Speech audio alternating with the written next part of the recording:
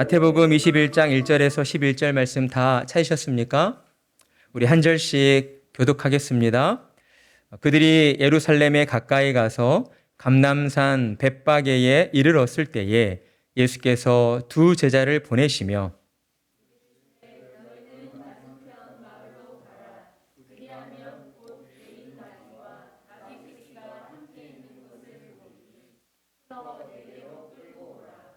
만일 누가 무슨 말을 하거든 주가 쓰시겠다 하라. 그리하면 즉시 보내리라 하시니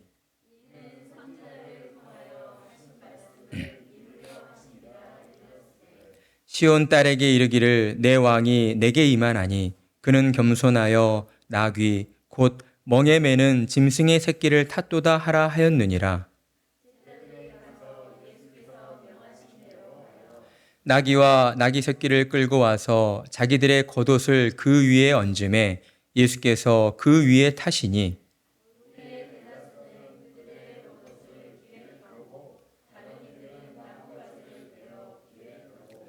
앞에서 가고 뒤에서 따르는 무리가 소리 높여 이르되 호산나 다윗의 자손이여 찬송하리로다. 주의 이름으로 오시는 이여 가장 높은 곳에서 호산나 하더라.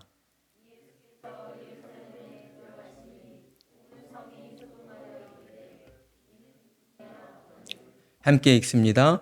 무리가 이르되 갈릴리 나사렛에서 나온 선지자 예수라 하니라. 아멘. 여러분 혹시 KBS에서 하는 개는 훌륭하다 프로를 보신 적이 있습니까? 몇 분은 보셨고 몇 분은 보신 적이 없는 것 같습니다. 저도 관심은 없었지만 이제 집에 강아지를 한 마리 키우다 보니 자연스럽게 이 프로에 관심을 가지게 되었습니다. 그런데 저는 처음에 아니 프로그램 제목이 뭐 이래? 라는 생각을 했어요. 개가 훌륭하다니 개가 사람도 아니고 개가 훌륭할 게 뭐 있어? 라고 생각을 했던 것이죠. 그런데 그 프로를 볼 때마다 저는 프로그램 제목이 왜 개는 훌륭하다인지를 이해할 수가 있게 되었습니다. 개가 어떤 훌륭한 일을 해서가 아니라 정말 신기하게도 매우 난폭하고 거칠고 문제만 일으키던 강아지가 강영욱이라고 하는 훈련사를 만나서 단 몇 시간만 훈련을 받고 나면 언제 그랬냐는 듯 정말 착하고 말을 잘 듣는 그러한 개의 모습으로 변했기 때문이었습니다. 그러니까 이 개는 훌륭하다라는 프로의 핵심은 세상에 나쁜 개는 없다는 것이죠. 강아지는 훈련만 잘 시키면 얼마든지 말 잘 듣는 착한 개가 될 수 있다는 것이었습니다. 제가 왜 갑자기 개 이야기를 하고 있습니까? 오늘의 말씀을 준비하면서 저는 계속해서 제자들에게 같은 말을 반복하셔야만 하는 예수님의 마음이 느껴졌기 때문이었습니다. 예수님께서는 제자들에게 18장의 말씀으로부터 계속하여서 천국이 어떤 곳인가, 천국은 과연 어떠한 사람들이 들어가게 되는 곳인가 하는 것에 대하여 말씀하시고 또 말씀해 주셨습니다. 그런데 제자들은 어떠했습니까? 예수님의 가르침을 듣고 변화된 모습을 보였나요? 그렇지 않았습니다. 제자들은 계속해서 자기들끼리는 과연 예수님께서 이루실 천국에서 누가 높은 자리에 앉게 될 것인가, 누가 큰 자리에 앉게 될 것인가를 두고 염려하고 있었다라는 것입니다. 이것이 바로 동물과 사람의 차이점인 것 같습니다. 동물은 본능에 이끌려 삽니다. 그렇기 때문에 짧은 시간의 훈련을 통해서도 행동의 변화가 일어날 수 있다는 것이죠. 그러나 사람은 웬만한 훈련을 통해서도 행동의 변화가 잘 일어나지 않습니다. 왜 그렇습니까? 이성을 가지고 있는 사람은 본능에 이끌려 사는 동물과는 달리 각자 한 사람 한 사람이 바라고 원하는 바가 다 다르기 때문이다라고 하는 것이죠. 그래서 사람들은 똑같은 장면을 보고 똑같은 내용을 들어도 어때요? 각자 다르게 생각하고 서로 다른 말들을 하게 되는 것입니다. 사람마다 가지고 있는 그 해석하는 필터가 다르다라고 하는 것이죠.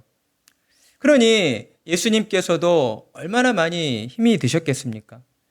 만약 우리였다면, 우리가 가르치는 입장에 있었다면 한두 번 말을 했는데도 말귀를 못 알아듣는다, 어떤 개선되어질 여지가 보이지 않는다라고 하면 우리는 쉽게 포기해 버렸을 것입니다. 그래, 너 알아서 해라. 그러다 보면 나중에 후회할 날이 오겠지. 그러나 예수님은 끝까지 포기하지 않으셨다라는 것이에요. 예수님께서는 28절로 말씀하신 것처럼 자신은 섬김을 받으려 온 것이 아니라 섬기기 위해 오셨다, 그러면서 자기의 목숨을 많은 사람들의 대속물로 내어주시기 위해 오셨다라고 하신 그 말씀을 이제는 가르침이 아니라 행동으로서 시청과 교육을 통해 제자들에게 가르쳐 주셨다라고 하는 것입니다. 예수님께서는 우리가 전 주일에 살펴보았던 것처럼 이제 여리고를 빠져나오실 때에 두 맹인을 만나셨습니다. 그런데 두 맹인을 만나시기 전 여리고에서 어떠한 한 사람을 만났어요? 이 질문이 있을 텐데 적을 준비를 하셔야 됩니다. 우리 자녀들. 자, 여리고에서 유대인들로부터 어때요? 배신자로 낙인이 찍혔던 한 사람, 누구를 만났나요? 삭개오. 삭개오라고 하는 한 사람을 만났고 그의 집에 들어가 거하면서 그와 식사를 나누시고 함께 교제하였습니다.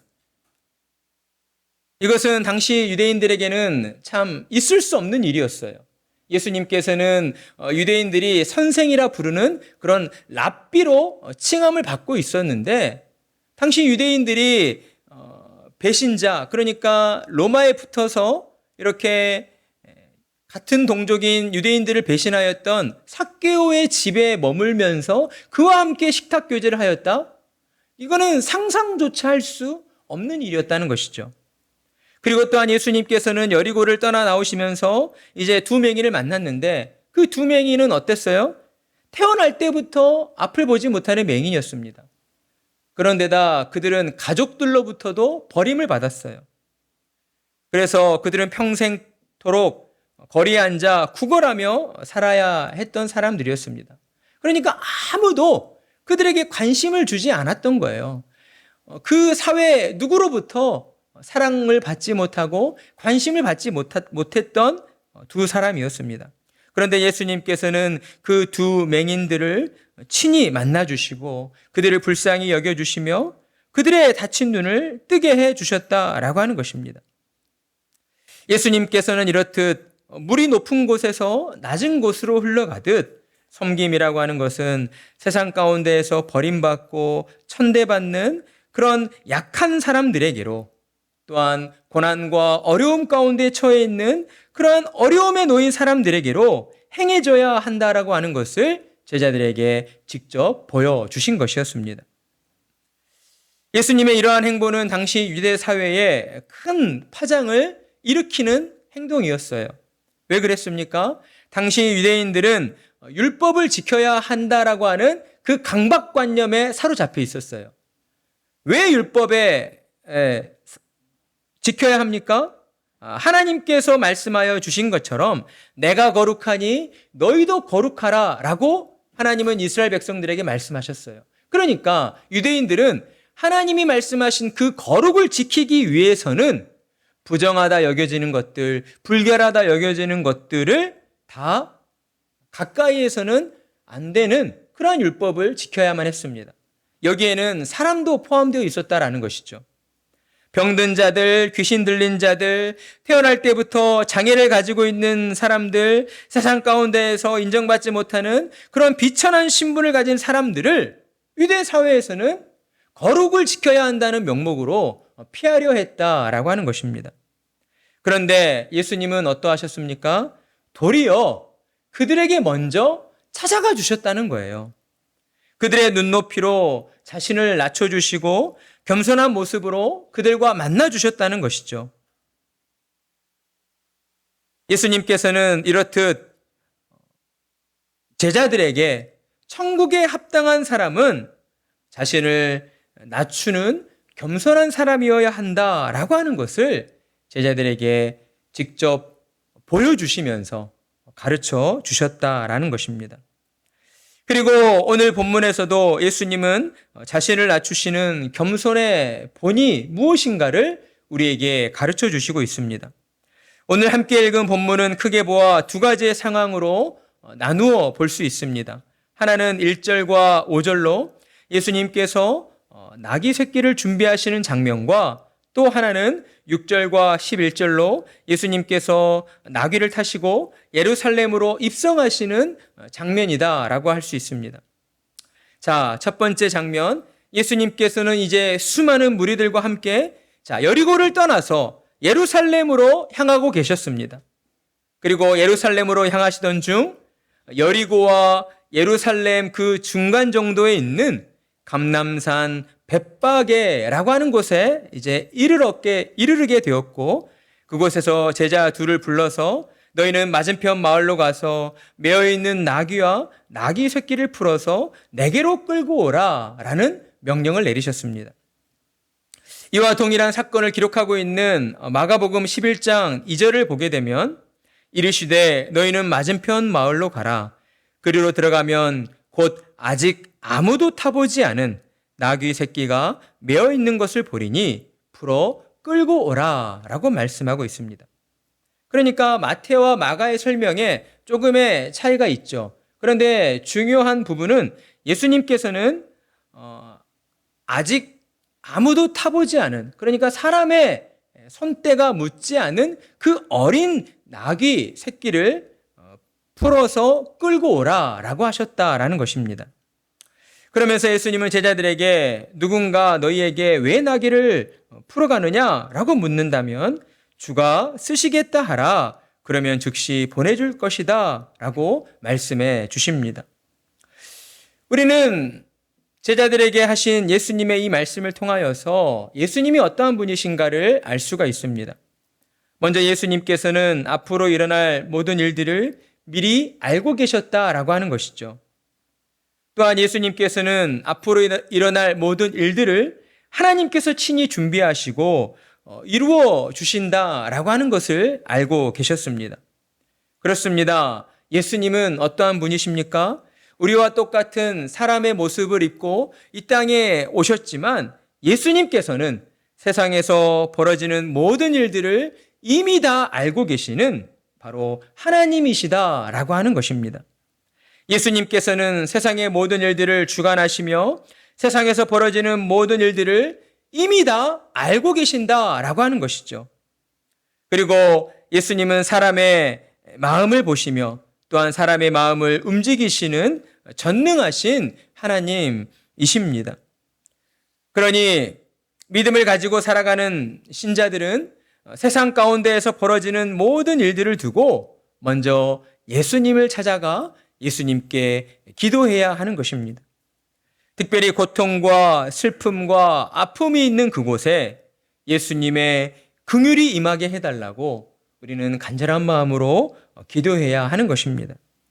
그리고 또한 신자로 살아가는 우리는 예수님께서 미래의 일들을 다 알고 계시기 때문에 우리를 위해 이루어 놓으신 그 미래를 소망하며 살아가야 한다라는 것이죠.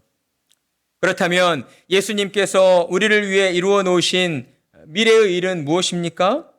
우리의 육신의 삶이 끝이 났을 때 더 이상의 고통과 아픔과 슬픔이 없고 영원한 기쁨과 행복만이 가득한 천국의 집을 예비해 주셨다라고 하는 것입니다.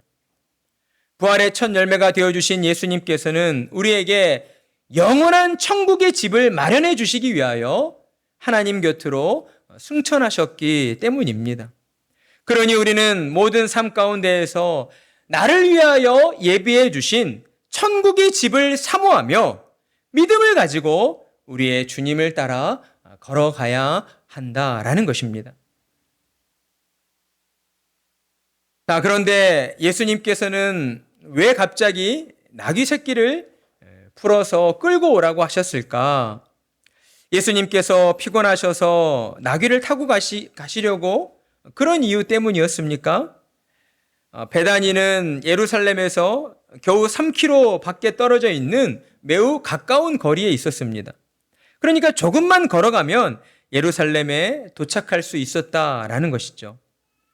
따라서 예수님께서는 피곤하시기 때문에 나귀를 끌고 오라고 하신 것이 아니었습니다. 그렇다면 무엇을 위해서 나귀를 끌고 오라고 하셨습니까? 예수님께서는 다음과 같이 말씀하십니다.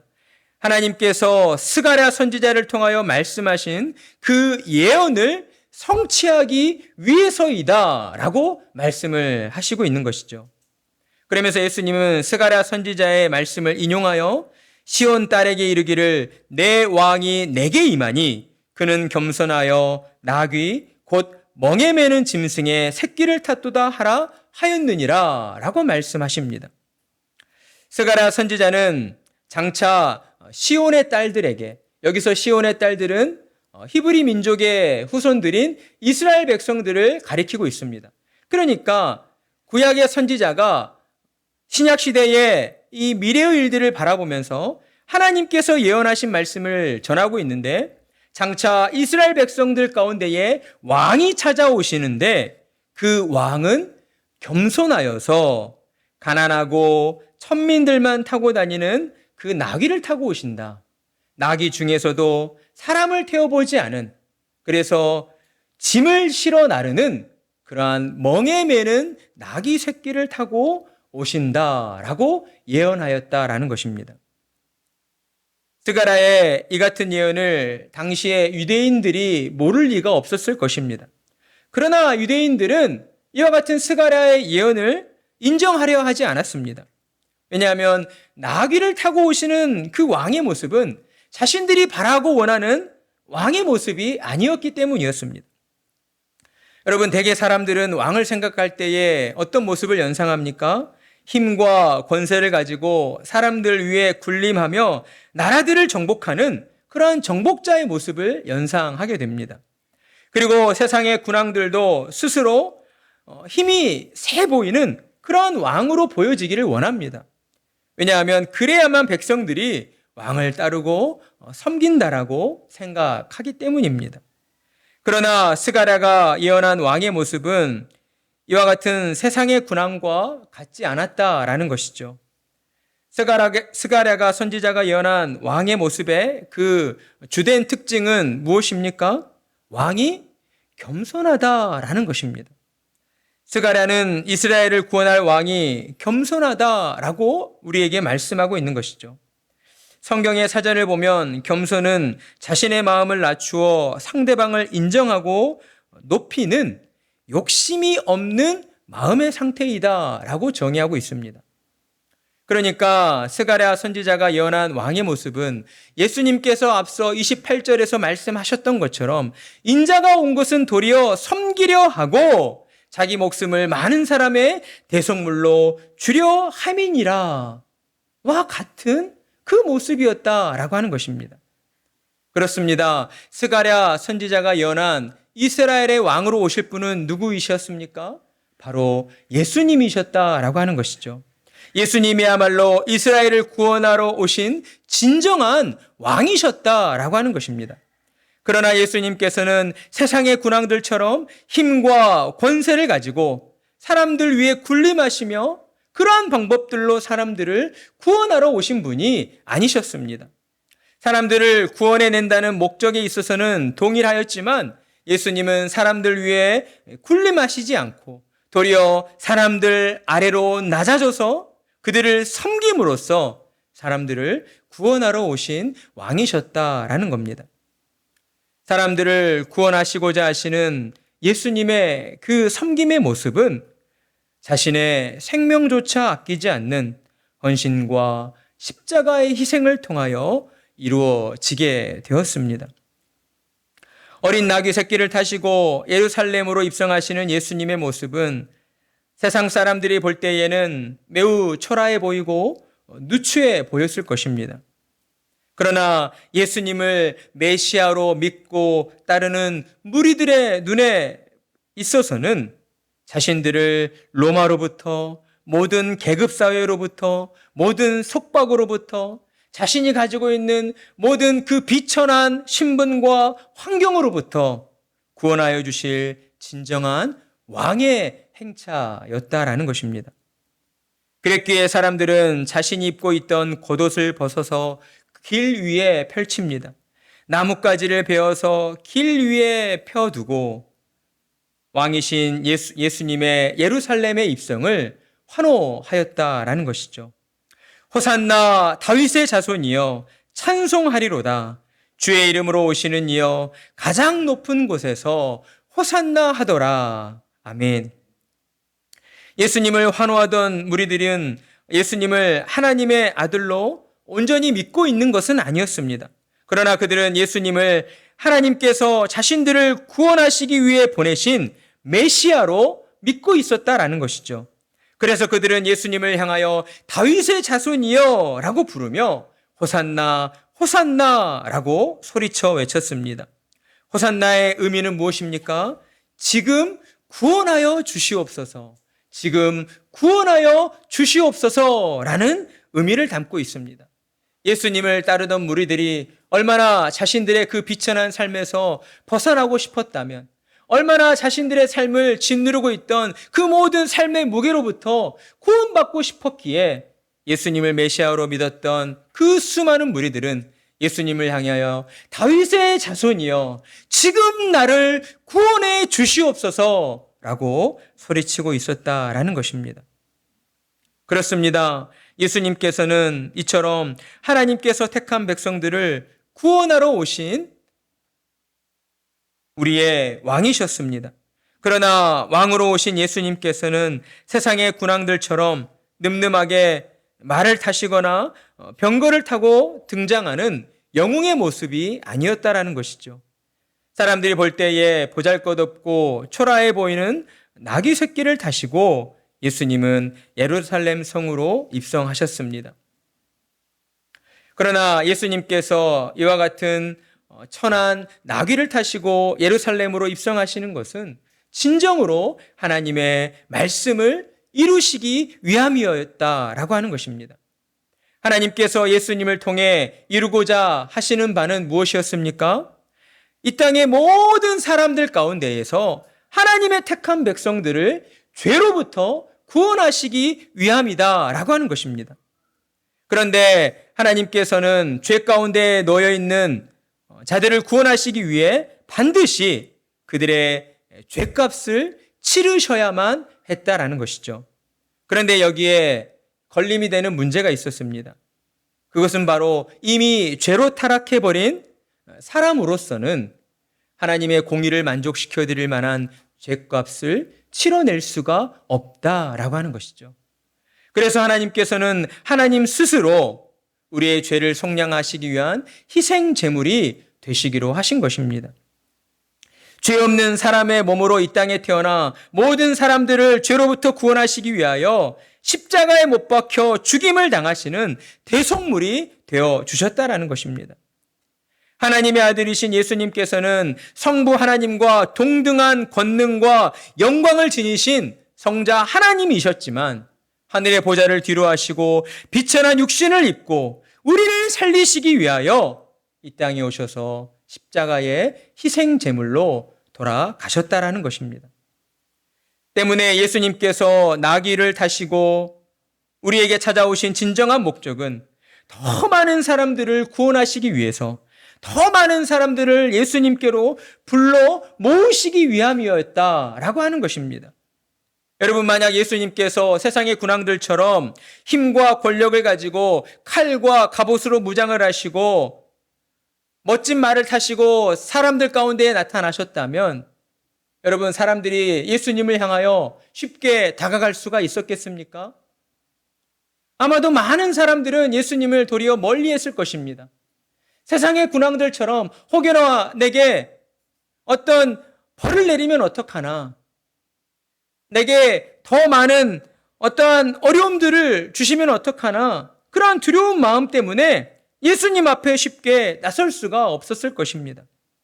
그러나 예수님께서는 가장 낮은 신분의 사람들이 타고 다니는 나귀를 타시고 아직 사람의 손때가 묻지 않아서 그저 짐을 실어 나르는 정도의 그 비천한 짐승이었던 나귀 새끼를 타시고 오심으로써 세상 모든 사람들을 향하여 수고하고 무거운 짐진 자들아, 다 내게로 오라. 내가 너희를 쉬게 하리라. 나는 마음이 온유하고 겸손하니 나의 멍에를 메고 내게 배우라. 그리하면 너희 마음이 쉼을 얻으리니 이는 내 멍에는 쉽고 내 짐은 가벼움이라 하시니라.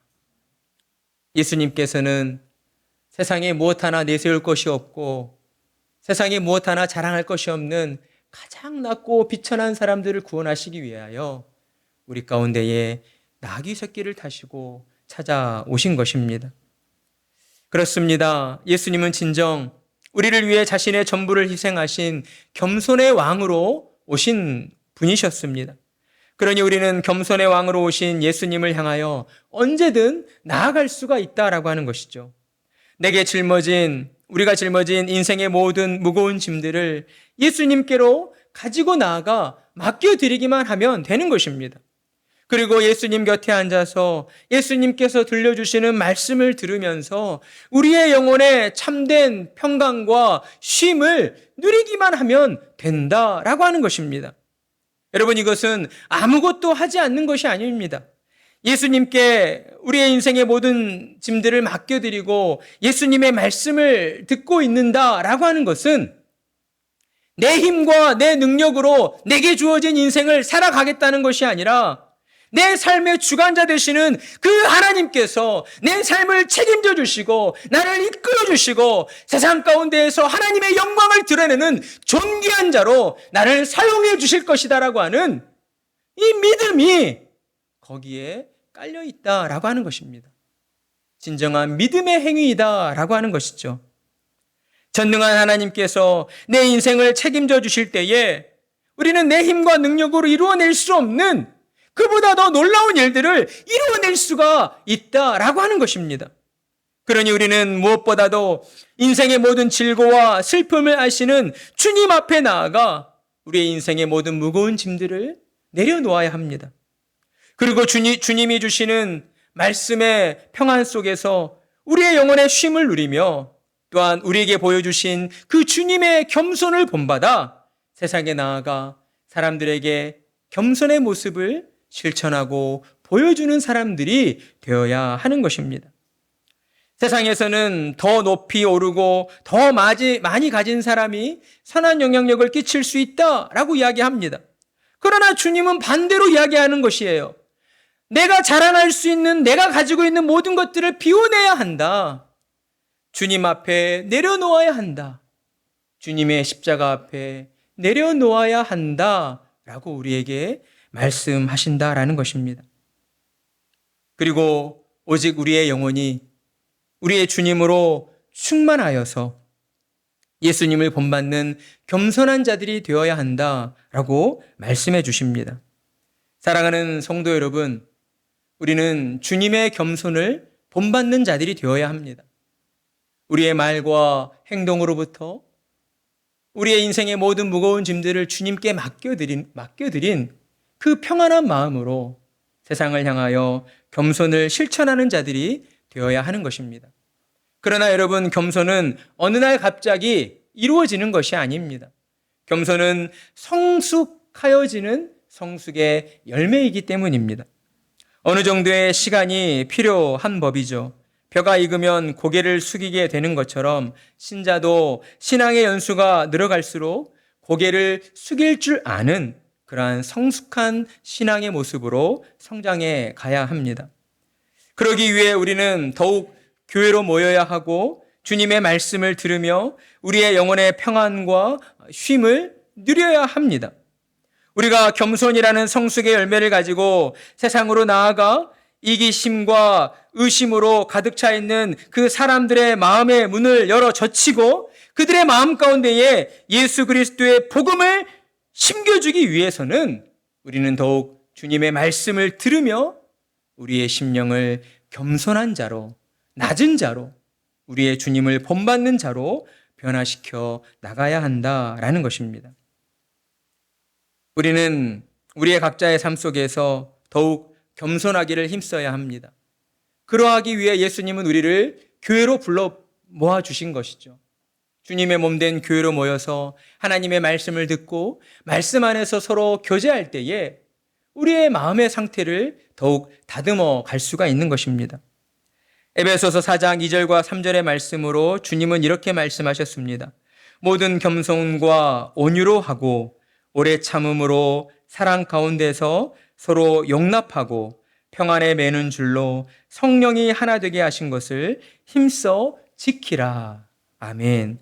사랑하는 성도 여러분, 우리가 예수님을 본받아 겸손함으로 나아갈 때에 하나님께서는 우리의 모든 삶 가운데에 함께하여 주시며 하나님이 주시는 참된 평강과 참된 안식으로 우리를 인도해 주실 것입니다. 또한 우리가 주님의 몸된 교회로 모여서 하나님의 말씀의 은혜를 더욱 사모함으로 나아갈 때에 하나님께서는 우리의 심령에 변화를 주시고 세상 가운데에서 주님의 겸손을 드러내는 그러한 온전한 믿음의 사람들로 쓰임받으며 살아가도록 인도해 주실 것입니다.